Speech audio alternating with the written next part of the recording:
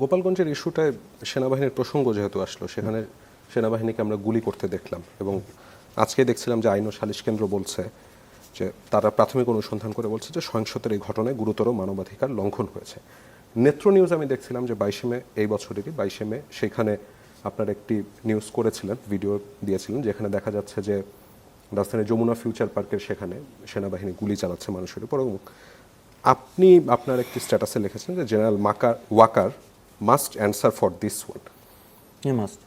এবং আমরা 31 জানুয়ারিতে দেখলাম যে একজন যুবদল নেতার মৃত্যু হয়েছে, যার পরবর্তীতে তার পরের দিনে আপনি লিখেছিলেন যে নাগরিকদের খুন না করে যেই আর্মি রাস্তায় লোকালয়ে থাকতে পারে না সেই আর্মিকে রাস্তায় লোকালয়ে রাখার দরকার নেই, আর্মিকে ব্যারাকে ফিরিয়ে নিন এবং দ্রুত ইলেকশনের তারিখ ঘোষণা করুন।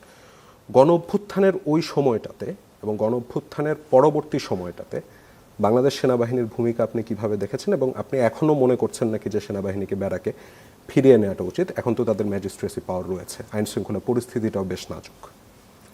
প্রথম কথা হলো যে আমার বলার দরকার নেই, বাংলাদেশ সেনাবাহিনীও লোকালয়ে থাকতে চায় না।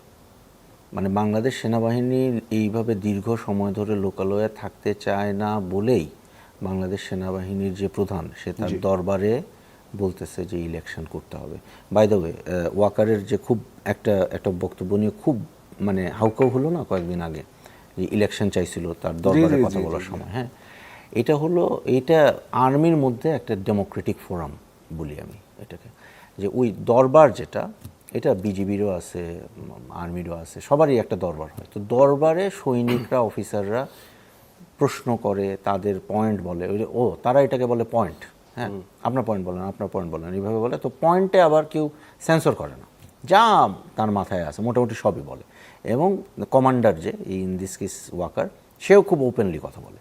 হ্যাঁ, তো ওইটা ছিল একটা দরবারে, সে বলতেছিল যে আমাদের ইলেকশন করে আমরা ফেরত যাব। এইটাকে আবার এই যে আপনার কি বলে ব্যর্থ বিপ্লবীদের যে ফেসবুক সংগঠন যেটা আছে, এরা আবার এটাকে খুব ফুলায় ফাঁপায় এটা প্রচার করলো। এইটা কিন্তু আর্মি চিফ কোনো বিবৃতিতে বলে না, এটা সে তার ইন্টারনাল অফিস মিটিংয়ে বলছে, রাইট? তো এটা একটা ব্যাপার ছিল। কিন্তু ওয়াকার কেন ইলেকশন চায়? কারণ এই যে গত বছর জুলাই মাস থেকে এখন পর্যন্ত, আরেকটা জুলাই মাস না, এখন পর্যন্ত একটা আর্মি তারা বাইরে, এটা তো মানে কি পরিমাণ সমস্যাজনক আপনি চিন্তা করেন। আমার গোপালগঞ্জে আমার 2জন আর্মি অফিসারের সাথে দেখা হলো, হাই র্যাঙ্কিং অফিসার, এবং ওদেরকে আমি জিজ্ঞেস করলাম যে আপনাদের কী অবস্থা। একজন বললো যে স্যার আমার তো গত 1 বছরে আমার বউয়ের সাথে দেখা হয়েছে একবার, সরি স্যার না ভাইয়া আমার বউয়ের সাথে গত 1 বছরে দেখা হয়েছে একবার।